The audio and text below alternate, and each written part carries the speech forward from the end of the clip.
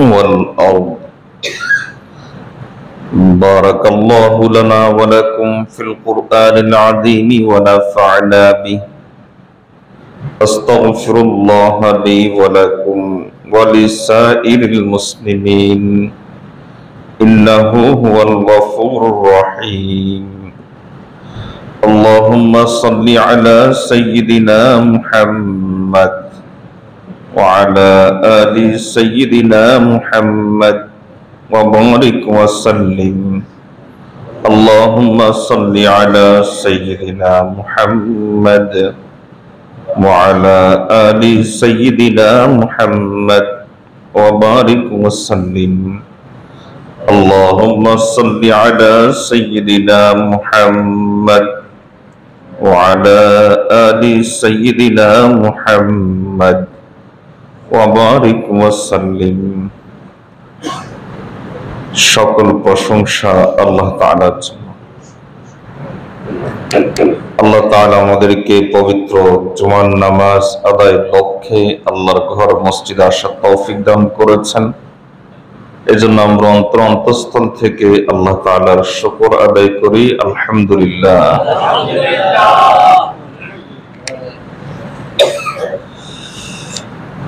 আমাদের জীবনের জন্য সবচাইতে জরুরি বিষয় হলো বরকত।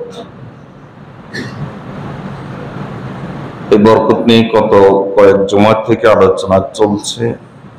বরকতের প্রয়োজনীয়তা এবং কিভাবে কোন আমলের মাধ্যমে আমাদের এই জীবনে বরকত নিয়ে আসা যায় এ সম্পর্কে আলহামদুলিল্লাহ মোটামুটি বিস্তারিত আলোচনা চলছে। এবং এই দীর্ঘ আলোচনা থেকে আমরা এই কথা অবশ্যই বুঝে গেছি যে বরকত হলো আমাদের জীবনের সবচাইতে প্রয়োজনীয় বিষয়। বরকত যদি চলে আসে, আমি বারবার বলেছি যে আপনি আগুনের বিছানায়ও আরামের ঘুম দিতে পারবেন। আর বরকত যদি না থাকে তাহলে আপনি ফুলসজ্জার মধ্যেও আপনার ঘুম আসবে না। ফুলসজ্জাকেও আপনার কাছে মনে হবে আগুনের বিছানা। শাহ ওলিউল্লাহ মুহাদ্দিস দেহলভী রাহমাতুল্লাহ আলাইহি দিল্লির বাদশাদেরকে উদ্দেশ্য করে বলেছিলেন, হে দিল্লির বাদশারা শোনো, আমি শাহ ওলিউল্লাহর বুকের ভিতরে যে শান্তি আছে, এই শান্তির খোঁজ যদি তোমরা পেতা তাহলে তোমরা তোমাদের রাজত্ব লুটিয়ে আমার কাছে চলে আসতা এই শান্তি নেওয়ার জন্য। এটাকে বলা হয় বরকত। হাফিজ ইবনে তাইমিয়া রাহমাতুল্লাহ আলাইহি অনেক বড় আল্লামা ছিলেন, হাফেজ হাদিস ছিলেন। তাফসীর ইবনে কাসির যিনি লিখেছেন ওনার ওস্তাদ ছিলেন। হাফিজ ইবনুল কাইয়্যিম রাহমাতুল্লাহ ওস্তাদ ছিলেন। হাফিজ ইবনুল কাইয়্যিম রাহমাতুল্লাহ ওস্তাদ ছিলেন হাফিজ ইবনে তাইমিয়া রাহমাতুল্লাহ আলাইহি। হাফিজ ইবনে তাইমিয়া রাহমাতুল্লাহ আলাইহিকে তৎকালীন শাসক একবার ধমক দিল, বলল যে তোমাকে ফাঁসিতে ঝুলিয়ে দিব। তখন তিনি খুব ঠান্ডা ভাষায় বলেছিলেন যে মা ইয়াসনাউ আ'দাই, আমার দুশমনরা আমাকে কি করবে, আমার দুশমনরা আমাকে করবেটা কি?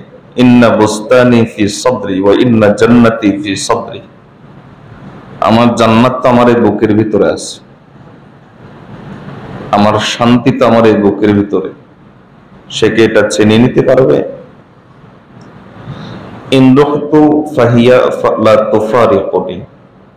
আমি যেখানে যাই আমার এই জান্নাত, আমার এই সুখ আমার সাথেই যায়, কখনো আলাদা হয় না। ইন্না হাবাসি খালওয়াতুন, যদি সে আমাকে জেলখানায় ঢোকায়, জেলের ভিতরে আবদ্ধ করে, তাহলে আমি নির্জনে থাকবো, আল্লাহর সাথে সময় কাটাবো। তা আমার করবেটা কি সে? ওয়া কাতলি শাহাদাতুন, আর যদি সে আমাকে হত্যা করে তাহলে এটা তো আমার শহীদি মৃত্যু, এটাই তো আমার তামান্না। তাহলে আমাকে সে করবোটা কি? ওয়া ইখরাজি মিন বালাদি সায়াহাতুন, আমাকে যদি সে আমার বাড়ি থেকে, আমার ঘর থেকে বের করে দেয়, অসুবিধা কি? আমি অন্য অঞ্চলে যাব, দিনের কাজ করব, তাহলে আমার কোনোখানে লস নেই। আসলে যাদের দৃষ্টি আখিরাতের দিকে থাকে, দুনিয়ার দিকে থাকে না, তাদের কোনো কথাতেই কোনো কাজেই কখনো লস থাকে না। তারা লস প্রজেক্টে কাজই করে না। এটাকে বলা হয় বরকত। এই জন্য আজকে দেখবেন পৃথিবীর বুকে যারা বরকতময় জীবন লাভ করেছে তাদের কথা আপনার শুনবেন। আব্দুল কাদের জিলানী রহমতুল্লাহ আলাইহির যুগে কত ধনী লোক ছিল না, কত ব্যবসায়ী ছিল না, কত রাজনীতিবিদ ছিল না। আচ্ছা, ওই যুগের শাসকের নাম বলেন তো, কেউ পারবেন? জাতি ভুলে গেছে। হাসান বসরি রহমতুল্লাহ আলাইহির যুগের যারা দুনিয়াদার ছিল তাদের নাম কি কেউ বলতে পারবেন? মঈনুদ্দিন চিশতি রহমতুল্লাহ আলাইহির যুগের, বাহাউদ্দিন নকশবন্দি, বাইজিদ বুস্তামি, মারুফ কারখি, এদের যুগের রাজা বাদশাদের নাম বলেন তো, বলতে পারবেন? কিন্তু আল্লাহ তাআলা এদের নাম এখনো বাকি রেখেছে, কিয়ামত পর্যন্ত বাকি রাখবে। আপনি কত দামি বাড়ি গাড়িতে চড়লেন, বসবাস করলেন, এটা দেখার বিষয় নয়। দেখার বিষয় হলো আপনার মধ্যে চরিত্রটা কি আছে। একটা ঘরে ফেরাউন বসবাস করে, আর আরেকটা ঘরে একজন চরিত্রবান সাহাবী চরিত্রের লোক বসবাস করে। যে ঘরে ফেরাউন বসবাস করে আলিশান মহল, কোনো কিছুর অভাব নেই। আর যে ঘরে সাহাবী চরিত্রের লোক বসবাস করে বেচারা গরিব মানুষ। বলেন আপনি কোন ঘরটাকে বরকতময় করবেন? কোন ঘরটাকে আপনি বরকতময় করবেন? বরকত এক ভিন্ন জিনিস। এজন্য এই বরকত আমাদের জীবনে যেন চলে আসে। গত সপ্তাহে কয়েকটি জিনিস বলেছি। 1 নম্বর বরকত আনার জন্য হলো তাকওয়া, এবং 2 নম্বর তাওয়াক্কুল। আপনার মনের ভিতরে আল্লাহর ভয় আপনি যত বেশি আনতে পারবেন, আল্লাহ আপনার জীবনকে তত বেশি বরকতময় করে দেবেন। আপনি আপনার আল্লাহর উপর যত বেশি তাওয়াক্কুল করতে পারবেন, আল্লাহ আপনার জীবনকে তত বেশি বরকতময় করে দেবেন। নম্বর 3 ছিল ইস্তিগফার। যত বেশি আপনি ইস্তিগফার করতে পারবেন, তওবা করতে পারবেন, আল্লাহ আপনার জীবনকে তত বেশি বরকতময় করে দিবেন। নম্বর 4 ছিল মা বাবার খেদমত করা। আপনার জীবনে বরকত আনতে হলে মা বাবার খেদমত করতেই হবে। টাকা পয়সার বহুর মালিক হলেন, কিন্তু মা বাবার সাথে সম্পর্ক ভালো নাই, আসলে কি শান্তিতে আছেন? বা আসলে কি শান্তিতে থাকতে পারবেন? তাহলে মা বাবার খেদমত বরকত নিয়ে আসে। এবং নম্বর 6 বলেছিলাম যে জীবনে বরকত আনা 5 না 6, তো নম্বর 5 বলেছিলাম জীবনে বরকত আনার জন্য আত্মীয় স্বজনের সাথে সদ্ব্যবহার করা। কারণ হাদিসের মধ্যে রাসূলুল্লাহ সাল্লাল্লাহু আলাইহি ওয়াসাল্লাম বলেছেন, যে ব্যক্তি তার রিজিকে বরকত চায় এবং তার হায়াতে বরকত চায়, নবী 2টা জিনিস বলেছেন, যে ব্যক্তি তার জীবনে বরকত চায় এবং তার হায়াতে বরকত চায়, নবীজি বলেন ফালিয়াসিল রাহিমাহু, সে যেন আত্মীয় স্বজনের সাথে ভালো ব্যবহার করে। তাহলে আত্মীয় স্বজনের সাথে ভালো ব্যবহার করলে আল্লাহ তাআলা জীবনে এবং হায়াতে বরকত দিয়ে দেন। নম্বর 7 বলেছিলাম সকাল বেলার ঘুম বর্জন করা। কারণ রাসূলুল্লাহ সাল্লাল্লাহু আলাইহি ওয়াসাল্লাম এই সময়টার জন্য আল্লাহর কাছে বরকতের দোয়া করেছেন। নবী সাল্লাল্লাহু আলাইহি ওয়াসাল্লাম দোয়া করেছেন, আল্লাহুম্মা বারিক লি উম্মতি ফি বুকুরিহা, হে আল্লাহ আপনি আমার উম্মতের জন্য সকাল বেলাকে বরকতময় করেন। কারণ আপনি ঘুমিয়ে থাকলেন, এর অর্থ হলো নবীজির দোয়া থেকে বঞ্চিত হবেন। নবী সাল্লাল্লাহু আলাইহি ওয়াসাল্লাম যে সকালবেলা বরকতের দোয়া করেছেন, সেই বরকত থেকে আপনি বঞ্চিত হবেন। নম্বর 8, আজকে নম্বর 8 শুরু হচ্ছে। আমরা আমাদের জীবনকে বরকতময় করতে চাই তো ইনশাআল্লাহ? আল্লাহ তৌফিক দান করুন। কোরআন মজিদের সাথে সম্পর্ক রাখা। আজকে আমাদের জীবন থেকে বরকত চলে গেছে, এটাই বাস্তব। ব্যক্তি জীবন বলেন, পারিবারিক জীবন বলেন, সামাজিক জীবন বলেন, কিংবা আমাদের রাষ্ট্রীয় জীবন বলেন, কোন অংশে আমরা শান্তিতে আছি বলেন? কোন অংশে আমরা শান্তিতে আছি? এই যে এই অশান্তির পিছনে, বরকত চলে যাওয়ার পিছনে একটা বড় কারণ হলো কোরআন ছেড়ে দেওয়া। ব্যক্তি যখন কোরআন ছেড়ে দিবে, তাহলে ব্যক্তি জীবনে অশান্তি আসবে। সমাজে যখন কোরআন ছেড়ে দেওয়া হবে, সমাজে অশান্তি আসবে। পরিবারে যখন কোরআন ছেড়ে দেওয়া হবে, পরিবারে অশান্তি আসবে। রাষ্ট্রে যখন কোরআন ছেড়ে দেওয়া হবে, তার রাষ্ট্র অশান্তি আসবে। কোরআন মজিদে আল্লাহ তাআলা কোরআন সম্পর্কে বলেন, ওয়াহাদা কিতাবুন আনজালনাহু মুবারাক। আমি আল্লাহ এমন একটা কিতাব নাজিল করেছি, এই কিতাবটা যেখানেই যাবে সেটাই বরকতময় করে দিবে। এমন একটা কিতাব কোরআন মজিদ। কোরআন মজিদ পুরাটাই হলো বরকতময় কিতাব, যেখানেই যাবে কোরআন বরকতময় করে দিবে।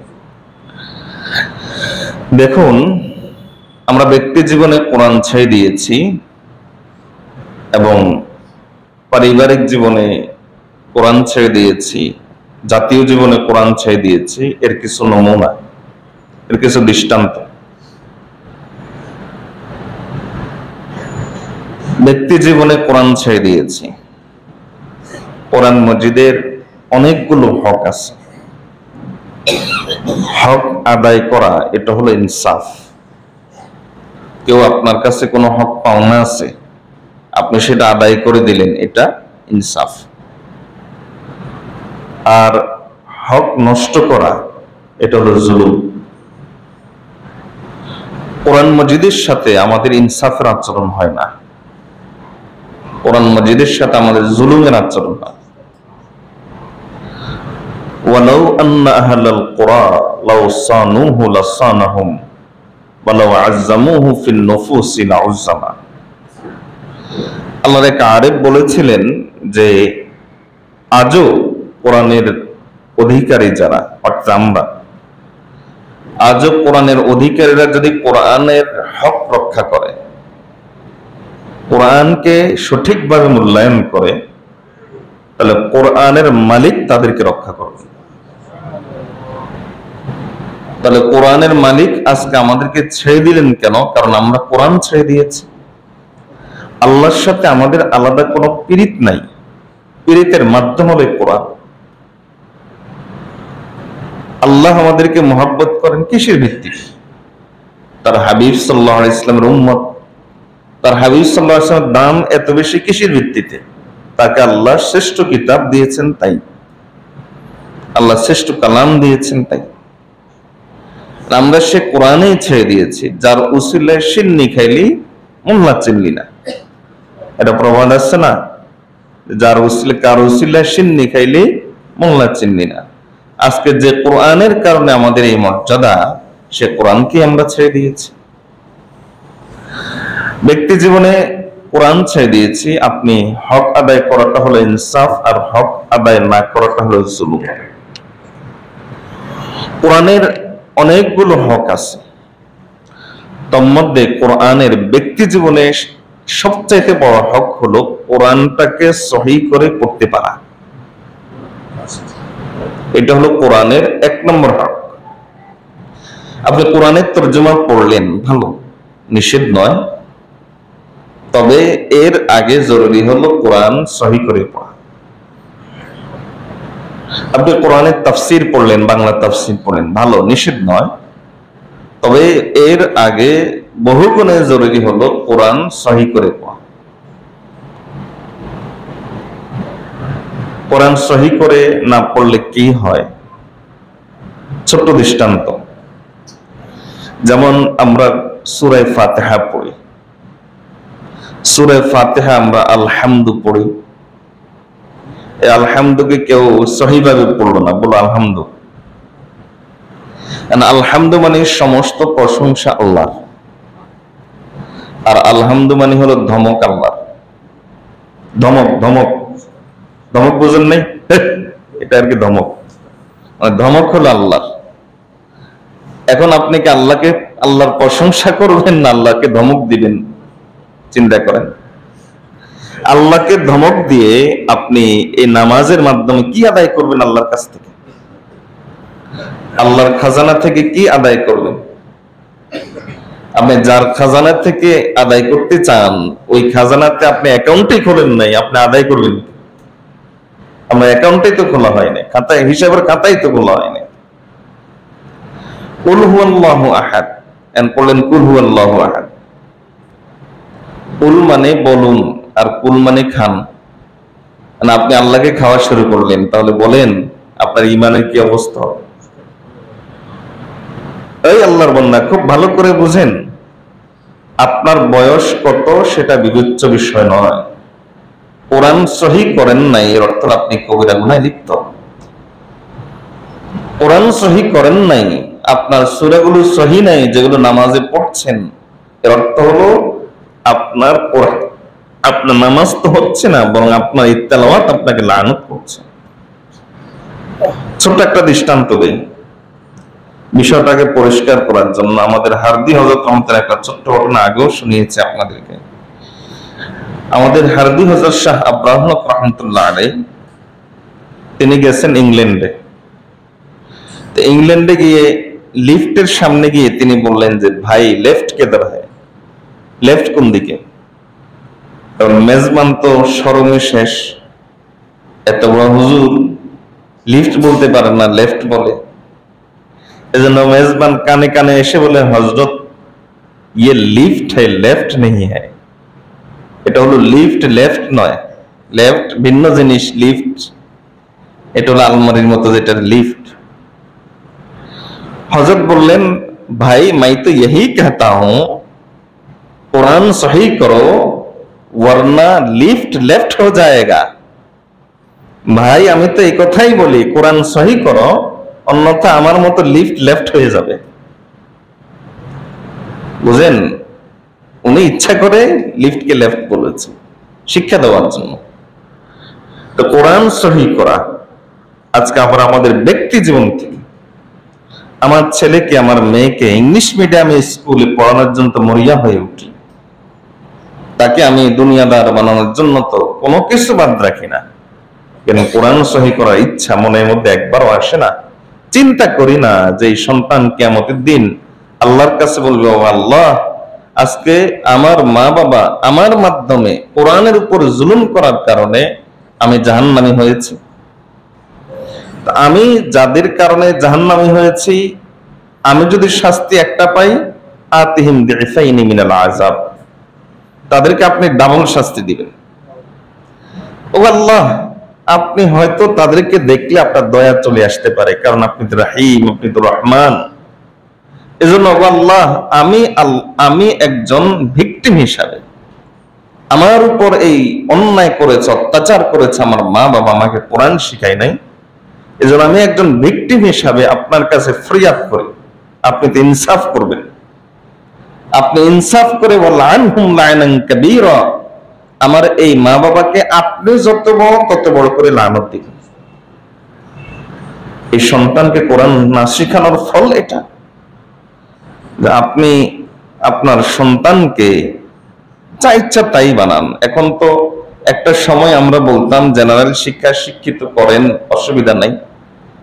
এখন তো বাস্তবতা হলো এই যে শিক্ষা সিলেবাসে যে জিনিসগুলো আছে, সমকামিতা, অশ্লীলতা থেকে শুরু করে যে সমস্ত বিষয়গুলো আছে, স্পষ্ট কথা, এই শিক্ষা ব্যবস্থায় আপনার সন্তানকে দেওয়া কোনোভাবেই জায়েজ হবে না। ঈমান বিধ্বংসী একটা শিক্ষা ব্যবস্থা। ঈমান বিধ্বংসী শিক্ষা ব্যবস্থায় আপনার সন্তানকে আপনি তার ঈমান ধ্বংস করবেন কিনা আপনার ব্যাপার। তাহলে ওল্ড এজ হোমের জন্য প্রস্তুত হন। ওল্ড এজ হোম গুলো প্রস্তুত হচ্ছে, রেডি হচ্ছে, সেটার জন্য আপনিও প্রস্তুত হন। তাহলে আমরা ব্যক্তি জীবনে কোরআন ছেড়ে দিয়েছি, পারিবারিক জীবনে আমরা কোরআন ছেড়ে দিয়েছি। আমাদের পরিবারে আজকে টেলিভিশনের কদর যে পরিমাণ, কোরআনের কদর এই পরিমাণ নাই। আমাদের পরিবারে আজকে একটা জিনিসের কদর যে পরিমাণ, কোরআনের কদর সে পরিমাণ নাই। এই মিয়া, পারিবারিক শান্তি আসবে কোত্থেকে? শান্তি কি বসুন্ধরা মার্কেটে পাবেন, যমুনা ফিউচার পার্কে পাবেন? শান্তি কি কিনলে পাওয়া যায়? ভাই, চশমা কিনে আনতে পারবেন, চোখের জ্যোতি কিনে আনতে পারবেন না। ফ্যান কিনে আনতে পারবেন, অন্তরের শান্তি কিনে আনতে পারবেন না। এসি কিনে আনতে পারবেন, অন্তরের প্রশান্তি কিনে আনতে পারবেন না। প্রশান্তি পাওয়া যায় আল্লাহর হুকুমের মধ্যে, আল্লাহর দ্বীনের মধ্যে। আপনার পরিবারে একটা টেলিভিশনের যে মর্যাদা আছে, কোরআনের সেই মর্যাদা নাই। আপনার জীবনে আপনার ফেসবুকে যে পরিমাণ সময় আপনি দিতে পারেন, আপনি যে পরিমাণ সময় কিল করেন, নষ্ট করেন, কোরআনে আপনি কতটুকু সময় দিচ্ছেন? আপনার সন্তান সন্ততিকে গান, বাদ্য, ইংলিশ মিডিয়ামে পড়ানো ইত্যাদির জন্য যে পরিমাণ আপনার প্রচেষ্টা, যে পরিমাণ আপনার অস্থিরতা, কোরআন শিখার জন্য আপনার সে অস্থিরতা কোথায়? তাহলে আজকে আমাদের পারিবারিক জীবনও কোরআন অত্যাচারিত। আমাদের হাতেই কোরআন মজলুম, আমাদের হাতে কোরআন মজলুম। কবে শোকেসের উপর থেকে আপনার কোরআনটাকে নামিয়ে ধরেছেন আপনি বলতে পারবেন? ওই মিয়া, কবে আপনার স্ত্রী কোরআন তেলাওয়াত করেছে বলতে পারবেন? বলতে পারবেন কবে আপনার সন্তান কোরআন তেলাওয়াত করেছে? কোন বছর, কত বছর আগে, কত মাস আগে? বলতে পারবেন কবে একসাথে বসে পরিবারের সকলে মিলে কোরআনটা করে ধরেছেন, মেলে ধরেছেন? বলতে পারবেন? শান্তি কিভাবে আশা করেন? কিভাবে আশা করেন যে আপনার সন্তান আপনার কথা শুনবে, আপনার অনুগত হবে, আপনার স্ত্রী আপনার অনুগত হবে, আপনি হাসান মুস্তি হবেন আর তিনি রাবেয়া মুস্তি হবেন? কাজ করবেন ফেরাউন মার্কা আর আশা করবেন সাহাবীর মতো আল্লাহ নসরত। প্যান পেতে হবে ইহুদি খ্রিস্টানদের সাথে আর আশা করবেন সাহাবায়ে কেরামের মতো আল্লাহর পক্ষ থেকে শান্তি। এটা কিভাবে হয় ভাই? এটা কিভাবে হয়? আপনার মহব্বত সব কিছু হলো তাদের সাথে, আর আপনি আশা করবেন সাহাবায়ে কেরামের চরিত্র নিয়ে তারা যে আশা করেছে আপনি সে আশা করবেন। এটা কিভাবে সম্ভব? আজকে আমাদের পরিবার থেকে কোরআন চলে গেছে, যার কারণে পারিবারিক জীবনে আজকে অশান্তি। সমাজে আজকে কোরআন নাই, সমাজে কোরআন নাই। এর একটা বড় প্রমাণ হলো আজকে সমাজ কোরআন থাকে যে জিনিসগুলোর মাধ্যমে সেগুলো সমাজে দেখা যাচ্ছে না। ইমানের আলামত, ইমানের নিদর্শন, ইনসাফ, ন্যায়, নীতি, সত্য উচ্চারণ আজকে সমাজে নাই। কোরআন মাজিদের একটা প্রতীক হলো কোরআন, ইন্নাল্লাহা ইয়া'মুরুকুম বিল আদলি ওয়াল ইহসান। কোরআন মাজিদ সমাজে আছে, কোরআন মাজিদ জাতির মাঝে আছে। একটা বড় দলিল হলো ইনসাফ থাকে। যে জাতির মাঝে কোরআন আছে সেই জাতির মধ্যে ইনসাফ থাকবেই। আপনি একটা জিনিস মনে রাখবেন, কসম আল্লাহ, আল্লাহ কসম করে বলি, আল্লাহ কসম করে বলি, এটা যত আগে বুঝবেন আপনাদের তত ফায়দা হবে, যত দেরি করবেন তত লস করবেন। সেটা হলো এই যে পৃথিবীর তাবৎ কোন ধর্ম, কোন মতবাদের ভিতরে আপনি কখনো শান্তি, মুক্তি খুঁজে পাবেন না, আপনি ইনসাফ খুঁজে পাবেন না। সাহাবী রাবিঈ ইবনে আমির রাদিয়াল্লাহু তাআলা আনহু, সাহাবী রাবিঈ ইবনে আমির রাদিয়াল্লাহু তাআলা আনহু পারস্যের দরবারে দাঁড়িয়ে তিনি কি বলেছিলেন?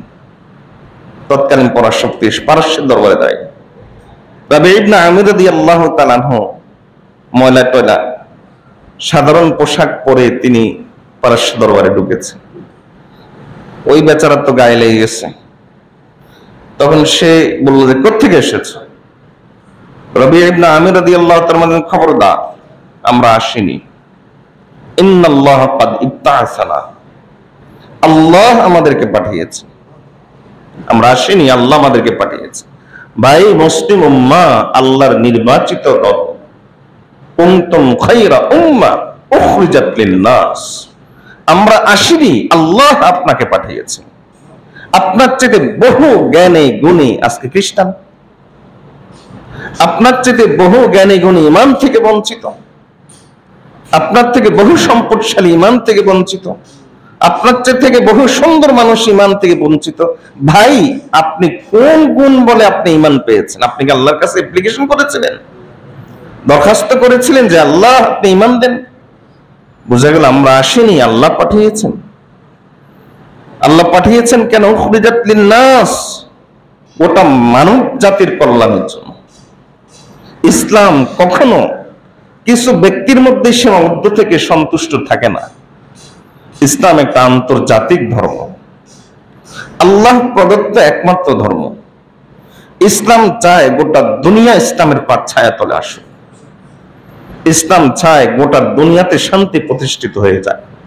মানবতার ধর্ম ইসলাম, শান্তির ধর্ম ইসলাম, স্বভাবজক ধর্ম ইসলাম, ইনসাফের ধর্ম ইসলাম, ন্যায়পরায়ণতার ধর্ম ইসলাম। যেখান থেকে ইসলাম চলে যাবে সেখানে মানবতা থাকবে না। যেখান থেকে ইসলাম চলে যাবে সেখানে ইনসাফ থাকবে না।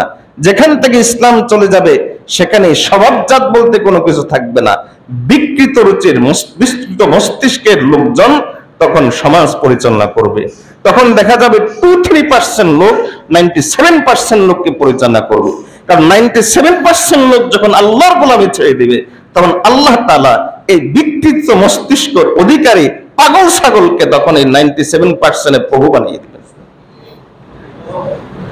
এটি আল্লাহর নিয়ম, এটাই আল্লাহর নিয়ম। আল্লাহ বলেন ওয়ালান তাজিদা লিসুন্নাতিল্লাহি তাবদীলা, আমি আল্লাহর নিয়মের মধ্যে কোনো প্রকার পরিবর্তন তুমি পাবে না। এটা আমি আল্লাহর নিয়ম, আল্লাহ তাআলা এটাই নিয়ম করেছেন। তো আল্লাহ তাআলা বলেন যে এই কোরআন সমাজের মধ্যে প্রতিষ্ঠিত থাকলে তাহলে সমাজের মধ্যে ইনসাফ থাকবে। তবে ইবনে আমির রাদিয়াল্লাহু তাআলা এই কথাটাই বলেছিলেন পারস্য দরবারে, যে আমি তো আসিনি, আমরা তো আসিনি, আল্লাহ আমাদেরকে পাঠিয়েছেন। আল্লাহ আমাদেরকে পাঠিয়েছেন। কেন পাঠিয়েছেন? লিনুখরিজা, খুব কলিজার ভিতরে গেঁথে নেন। যদি মুমিন হন, যদি মুসলমান হন, তাহলে কলিজার ভিতরে কথাগুলো গেঁথে নেন। তিনি বলেন যে লিনুখরিজাল ইবাদ মিন ইবাদাতিল ইবাদাতি ইবাদি ইলা ইবাদাতিল্লাহ। আল্লাহ আমাদেরকে পাঠিয়েছেন পৃথিবীর জাতীয় মানুষের গোলামি থেকে মানুষকে মুক্ত করে আল্লাহর গোলামের দিকে নিয়ে যাওয়ার জন্য। এটা ইসলাম। ইসলাম ছেড়ে দিবেন, মানুষের গোলামে পরিণত হবেন। ইসলাম ধরবেন, আল্লাহর গোলামে আপনি পরিণত হবেন।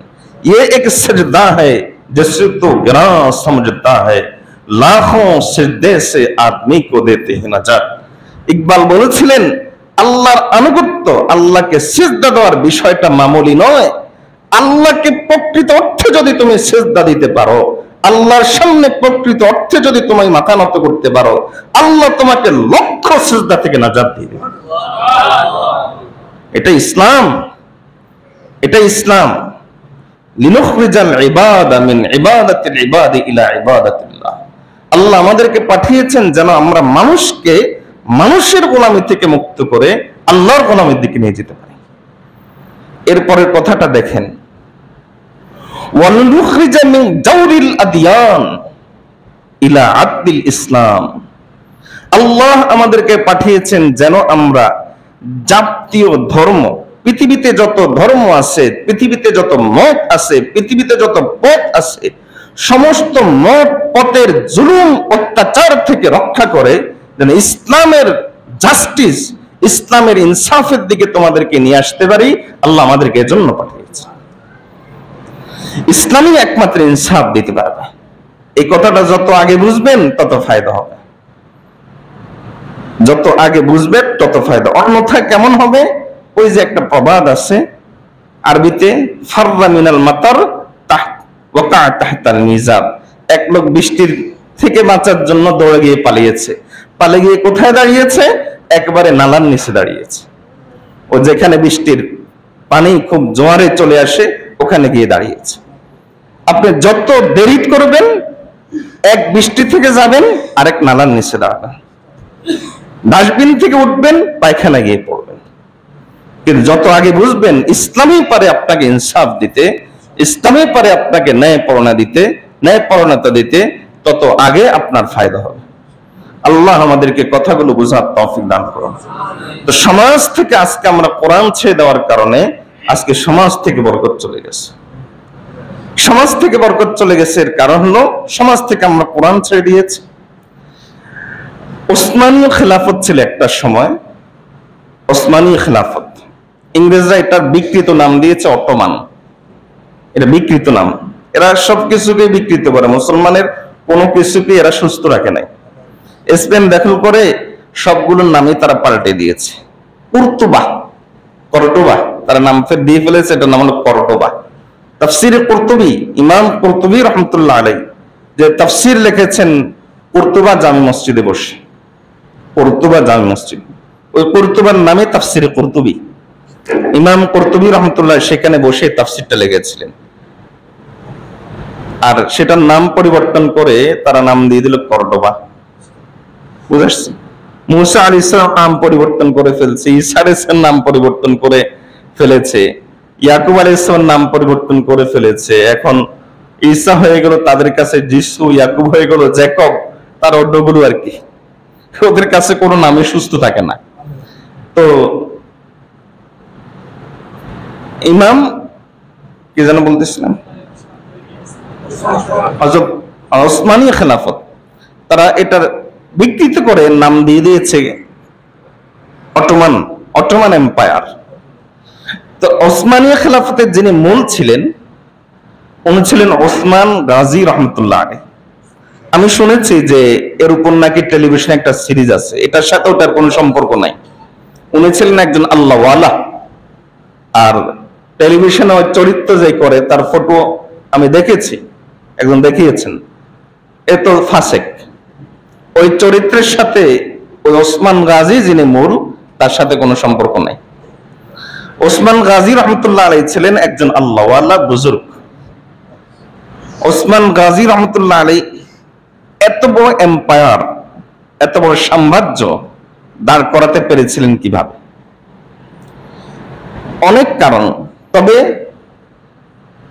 তাফসীরে রুহুল বায়ানে একটা আজীব কারণ এসেছে। সেটা হলো ওসমান গাজী রহমতুল্লাহ আলাইহি তিনি খুব দান দক্ষিণা করতেন, গোত্রের প্রধান ছিলেন, তার নিজের গোত্রের প্রধান ছিলেন। এখন গোত্রের লোকজন তার উপর প্রচন্ডভাবে ক্ষিপ্ত যে এত দান দক্ষিণা করলে তো গোত্র শেষ হয়ে যাবে, বেচারা গরিব হয়ে যাচ্ছে বেচারারা। এখন গোত্রের লোকরা তার সাথে খুব একটা ভালো আচরণ করছে না। তো তিনি মনের দুঃখে, ওই যুগের একজন সম্মানিত লোক ছিলেন হাজী বাক্তাস, ওনার কাছে যাচ্ছিলেন যে আমি ওনার কাছে যাব, একটা বিচার দিব, এটা মনের দুঃখ হালকা করব, যে আমার গোত্রের লোকেরা আমার সাথে ভালো আচরণ করে না। তো তিনি গেলেন হাজী বাক্তাসের কাছে, গিয়ে দেখলেন যে সেখানে কোরআন মজিদ। হাজী বাক্তার সাথে এখনো দেখা হয় নাই, দেখতে পেলেন যে ওখানে কোরআন মজিদ। তো জিজ্ঞেস করলেন এটা কি? আল্লাহর কালাম? বলে হ্যাঁ আল্লাহর কালাম। তিনি কোরআন মজিদের সম্মানে হাজী বাক্তাসের জন্য অপেক্ষা করতে লাগলেন। হাজী বাক্তাস ঘটনাক্রমে ওই দিন সারা রাত আসে নাই, মানে সন্ধ্যায় পৌঁছেছেন, সারা রাত আর আসে নাই। তো উনি কোরআন মজিদের সম্মানে এই সারা রাত দাঁড়িয়ে দাঁড়িয়ে কোরআন তেলাওয়াত করেছে, সারা রাত। হাজী বাক্তাসের সাথে ঘটনাক্রমে পরের দিন আর দেখা হয় নাই। উনি বের হয়েছেন, এমন সময় একজন অপরিচিত লোক এসে, আল্লাহ পাঠিয়েছেন, বলেন ওসমান গতকাল রাতেই তো তুমি আল্লাহর পক্ষ থেকে বিশাল সাম্রাজ্য নিয়ে গেছো। বলে কেমনে? ও গতকাল রাতে তুমি কোরআনকে সম্মান দিয়েছ, কোরআনের মালিক উপহার হিসাবে তোমার আওলাদের জন্য বিশাল সাম্রাজ্য দিয়ে দিয়েছে। কোরআনের প্রতি সম্মান, কোরআনের প্রতি এই সামান্য সম্মানের কারণে যদি 700 বছর পর্যন্ত একটা জাতি, একটা গোষ্ঠী বিশাল একটা সাম্রাজ্যের মালিক হয়, আপনি কোরআনের প্রতি সম্মান দেখান, কোরআনকে আপনি বাস্তবায়ন করেন, কসম আল্লাহর, পৃথিবীর আমাদের জীবনের কোন অংশেই অশান্তি থাকবে না, কোন অংশে অশান্তি আমাদের থাকবে না। আল্লাহ আমাদেরকে কোরআনকে বাস্তবায়ন করার তৌফিক দান করুন। আমরা কোরআনকে বাস্তবায়ন করার চেষ্টা করবো তো ইনশাআল্লাহ। একটা জিনিস মনে রাখবেন, জীবনটাকে বরকতময় করেন, জীবনটাকে বরকতময় করেন। আল্লাহর একজন আরেক খুব চমৎকার করে বলেছেন, এই কথাগুলো খুব ভালো করে খেয়াল করে একটু শুনেন। আর 3-4 মিনিট 5 মিনিট কথা বলবো, এই কথাগুলো একটু খেয়াল করে শুনেন। আল্লাহর একজন আরেক বলেছিলেন, রঙ্গে তাকওয়া রঙ্গে তাআত রঙ্গে দি। ফার্সিতে তিনি বলেছিলেন, রঙ্গে তাকওয়া রঙ্গে তাআত রঙ্গে দি তাআবাদ বাকি বুয়াদ বরআবিদি। পৃথিবীটা কয়দিনের? আপনি কয়দিন বাঁচবেন বলেন তো? আপনি কি বলতে পারবেন যে আমি আর 1 বছর বাঁচবো? গতকাল আমরা একটা জানাজা পড়েছি এই মসজিদেই। আমার খুব মহব্বতের মানুষ ছিল। দেখেন, জানাজার পরে বৃষ্টির ভিতরে আলহামদুলিল্লাহ অনেক লোক হয়েছে। জানাজার পরে পুরা মসজিদের মধ্যে জটলা জটলা ভাগ ভাগ লোকজন আলোচনা করছে, লোকটা ভালো ছিল, লোকটার ব্যবহার ভালো ছিল। আপনি মারা গেলে আপনার ব্যাপারে কি লোকজন এভাবে বলবে? চিন্তা করেন, মারা তো আপনার যেতে হবে। পৃথিবীতে তো সারা জীবনের জন্য আসেন নাই। কেউ কি এসেছেন যে পৃথিবীতে আমি সারা জীবন থাকবো? আলী রাদিয়াল্লাহু তাআলা সে বিখ্যাত কথা, হায়াতুকা আনফাসুন তুআদ্দু ফাকুল্লামা, তোমার জীবনটা কিছু নিঃশ্বাস মাত্র। একটা নিঃশ্বাস চলে গেছে, এর অর্থ হলো তোমার জীবনের একটা অংশ চলে গেছে। গত মুহররমের 1 তারিখে আল্লাহ তাআলা আমাকে একটা মেয়ে দিয়েছিলেন। মাত্র পৃথিবীর বুকে 3 দিন ছিলেন, 3 দিনের হায়াত নিয়ে এসেছে। এরপর আল্লাহ তাআলা নিয়ে গেছেন। আমি বাবা তো বেঁচে আছি। এই সমস্ত ঘটনা কি প্রমাণ করে? কাম মিন সাহিহিন মাতা মিন গায়রি ইল্লাতিন ওয়া কাম মিন আলিলিন আশা হিনা মিনাত তাহরি। কত সুস্থ মানুষ আছে এমন যে বছরের পর বছর টিকে আছে, কত অসুস্থ মানুষ আছে এমন যে বছরের পর বছর সে বেঁচে আছে, আর কত সুস্থ মানুষ আছে এমন হঠাৎ করে শোনা যায় অমুকের জানাজা হবে। আগামী আসরের ওয়াক্ত আসার আগে এই ঘোষণাটা আপনার জন্য আসবে না, এই নিশ্চয়তা আপনি দেন আমাকে। তাহলে ভাই, পৃথিবীটা কয়দিনের? এই পৃথিবী, জীবনটাই কয়দিনের? তাহলে জীবনটাকে এমন ভাবে গঠন করেন যে ওই যে একটা বাংলা একটা কবিতা আছে না, যে মরিলে হাসিবে সকলে, যে জীবনটাকে এমন ভাবে গঠন করেন যেন আপনি মরলে সকলে কাঁদে না হাসে। এমন ভাবে গঠন করেন যে আপনি মারা গেলে যেন সকলে, আপনি যখন এসেছিলেন কেঁদেছিলেন, আপনি সকলে হেসেছিল। জীবনটাকে এমন ভাবে গঠন করেন যে আপনি মারা গেলে সকলে যেন কাঁদে, যেন না হাসে। একটা হাদিস আপনাকে শোনাই। হযরত আবু হুরায়রা রাদিয়াল্লাহু তাআলা আনহু থেকে, সহিহ বুখারী, মুসলিম, সুনানুন নাসাঈর হাদিস। হযরত আবু হুরায়রা রাদিয়াল্লাহু তাআলা থেকে বর্ণিত হাদিস, রাসূলুল্লাহ সাল্লাল্লাহু আলাইহি ওয়াসাল্লাম পাশ দিয়ে একটা জানাজা যাচ্ছিল। লোকজন তখন বলছিল লোকটা ভালো মানুষ, লোকটা দিনদার, আখলাকওয়ালা, চরিত্রবান। নবীজি সাল্লাল্লাহু আলাইহি ওয়াসাল্লাম বললেন যে ওয়াজাবাত, অবধারিত হয়ে গেছে, আবশ্যক হয়ে গেছে, ওয়াজিব হয়ে গেছে। আরেকটা জানাজা তার পাশ দিয়ে যাচ্ছিল। কিছুক্ষণ পর লোকজন তখন নিন্দা করছিল, লোকটা চলে গেছে, ভালো হয়েছে, সমাজ বেঁচে গেছে, সমাজ থেকে একটা জঞ্জাল দূর হয়েছে, এভাবে লোকজন সমালোচনা করছে। নবী সাল্লাল্লাহু আলাইহি ওয়াসাল্লাম শুনে বললেন ওয়াজাবাত, ওয়াজিব হয়ে গেছে।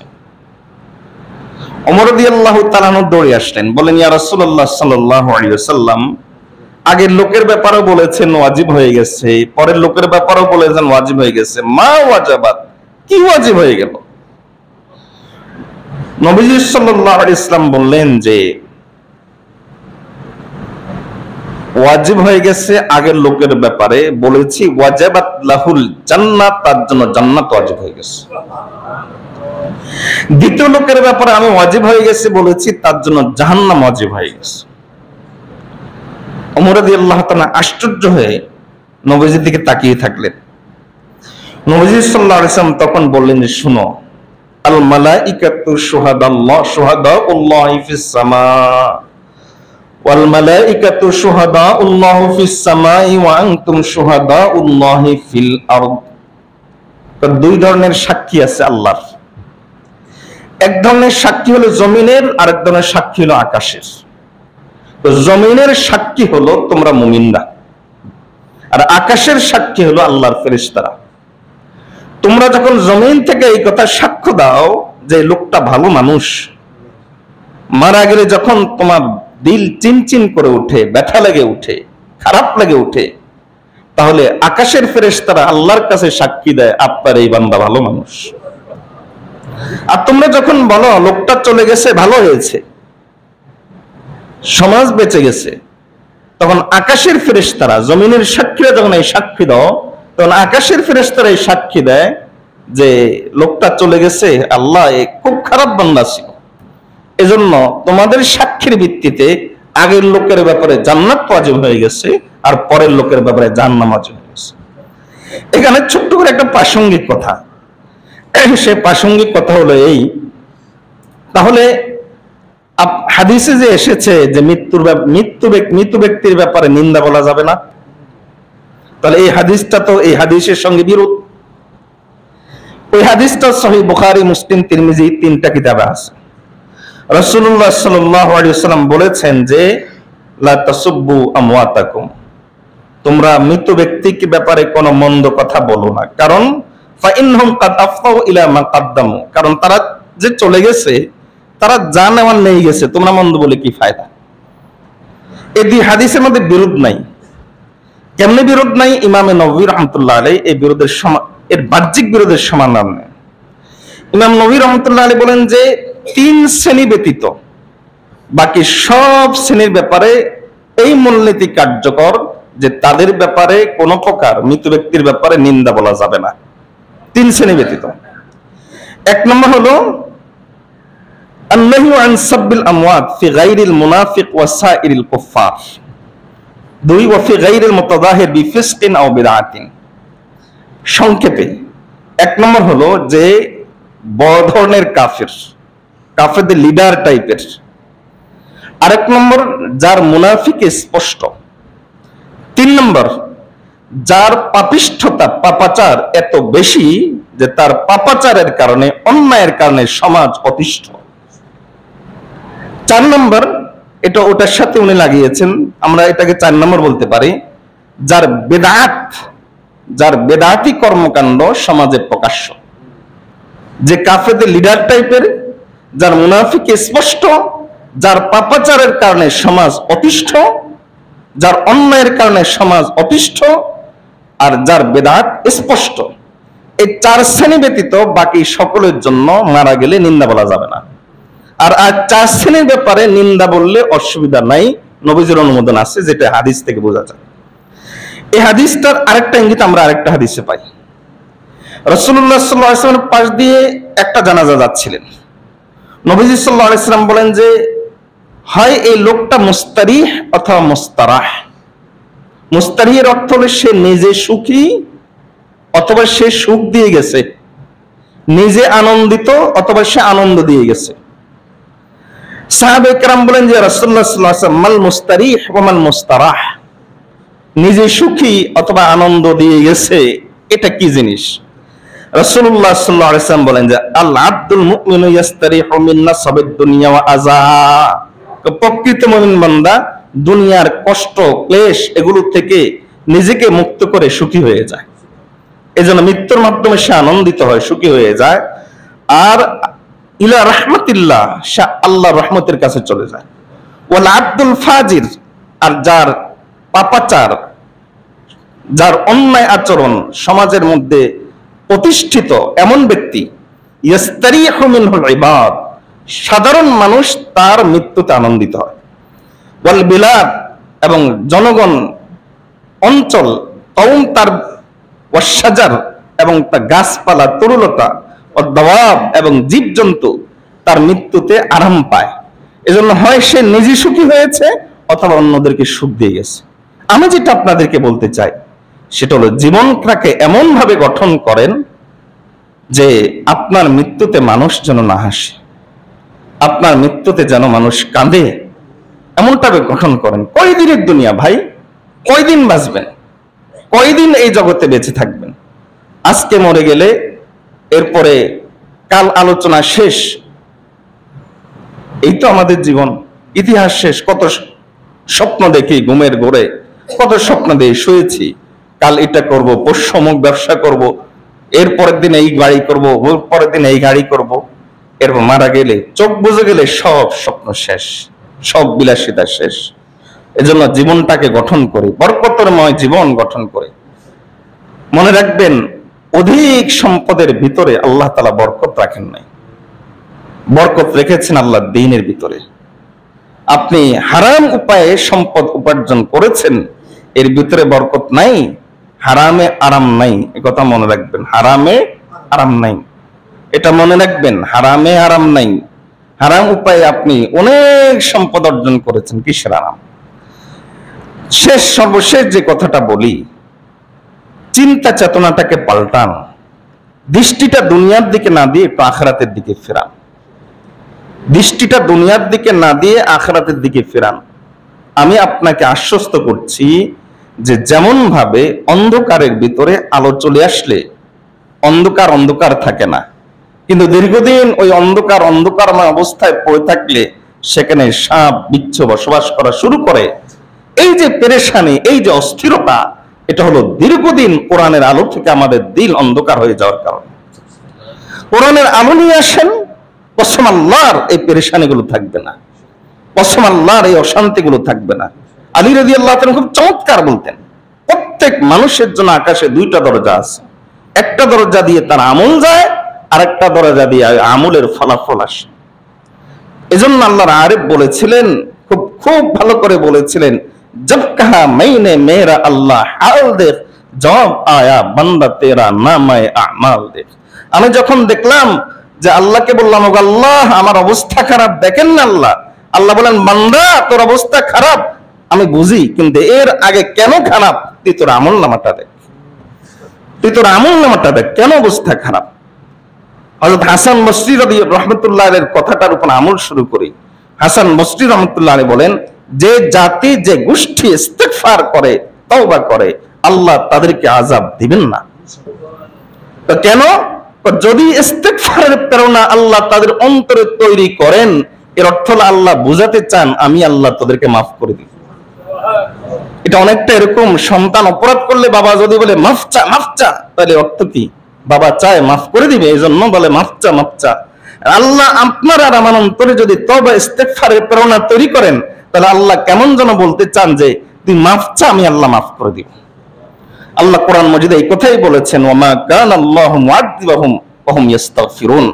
অবস্থা খুব খারাপ, এই খারাপ অবস্থা যদি আযাব হয়, তাহলে বলেন কি দিয়ে এর সমাধান? এর সমাধান কি দিয়ে হবে? ইস্তিগফার ছাড়া এর সমাধান কি দিয়ে হবে? তওবা ছাড়া। পরিস্থিতির নাজুকতা যদি আযাব হয়, তাহলে এর সমাধান তওবা ছাড়া কি দিয়ে হবে বলেন? আপনার যদি কোথাও পেটে সমস্যা হয়, জ্বরের ট্যাবলেট খেলে কি হবে? জ্বর হলে কি আপনার পেটে অসুখের সমাধান হবে? আল্লাহ আমাদেরকে কথাগুলো বোঝার তৌফিক দান করুন, আল্লাহর দিকে ফিরে আসার তৌফিক দান করুন, বেশি বেশি করে ইস্তিগফার করার তৌফিক দান করুন, জীবনটাকে আমাদের কাজে লাগানোর তৌফিক দান করুন, এমন জীবন গঠন করার তৌফিক দান করুন যে জীবন গঠন করলে মরলে মানুষ কাঁদবে, হাসবে না। আল্লাহ আমাদেরকে এমন জীবন গঠন করার তৌফিক দান করুন। ওয়া আখিরু দাওয়ানা আলহামদুলিল্লাহ।